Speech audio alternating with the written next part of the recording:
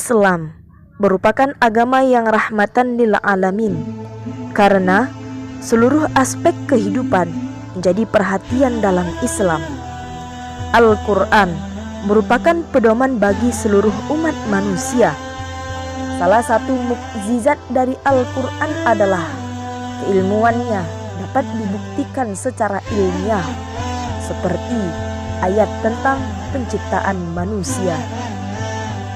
Firman Allah Subhanahu wa Ta'ala dalam Al-Quran surah Al-Mu'minun ayat 12-14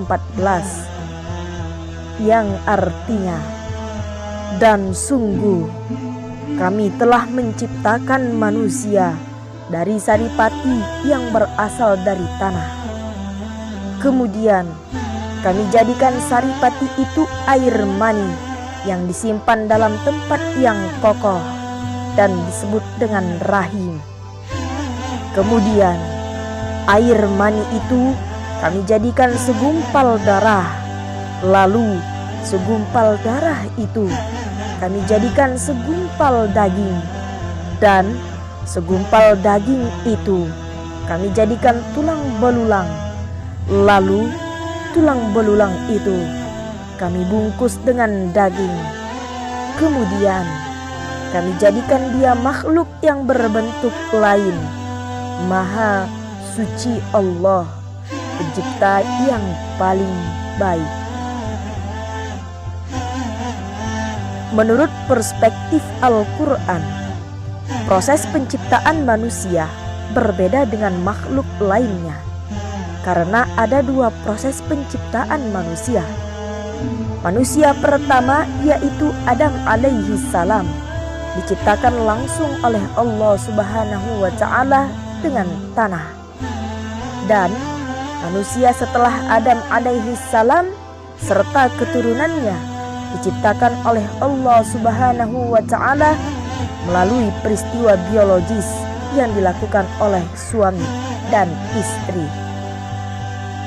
Pada ayat ke-12 menjelaskan tentang proses penciptaan manusia yang pertama, yaitu Nabi Adam alaihi salam, yang Allah Subhanahu wa Ta'ala ciptakan langsung dari tanah.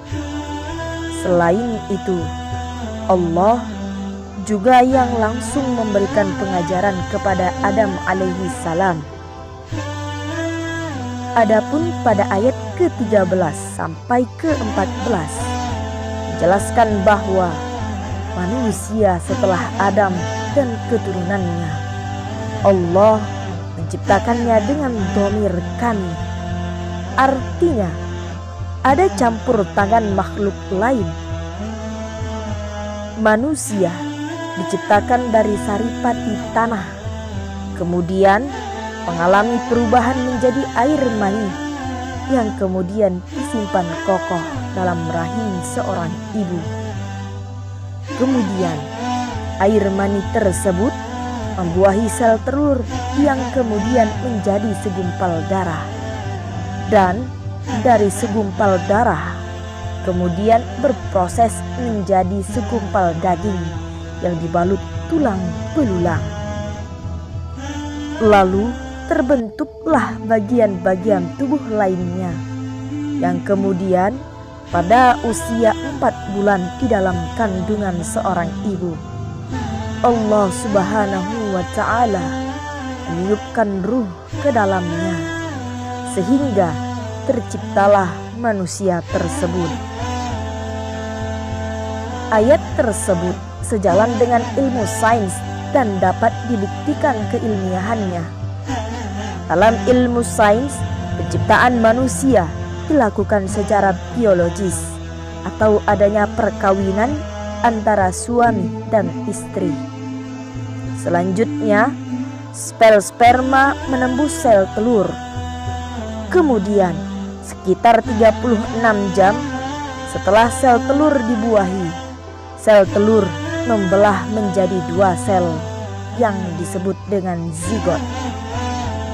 Setelah itu, zigot akan berkembang biak membelah diri hingga akhirnya menjadi segumpal daging. Kemudian zigot akan berubah menjadi embrio, yaitu segumpal daging yang dibalut dengan tulang belulang. Selanjutnya, dari embrio itu maka terbentuklah janin yang telah dilengkapi dengan alat indera. Kemudian janin yang telah mencapai masa 9 bulan 10 hari dilahirkan menjadi manusia yang baru atau disebut dengan bayi. Ini membuktikan bahwa Al-Quran sejalan dengan perkembangan ilmu pengetahuan dan sains. Maka ini merupakan salah satu bentuk kemukjizatan ayat Al-Quran.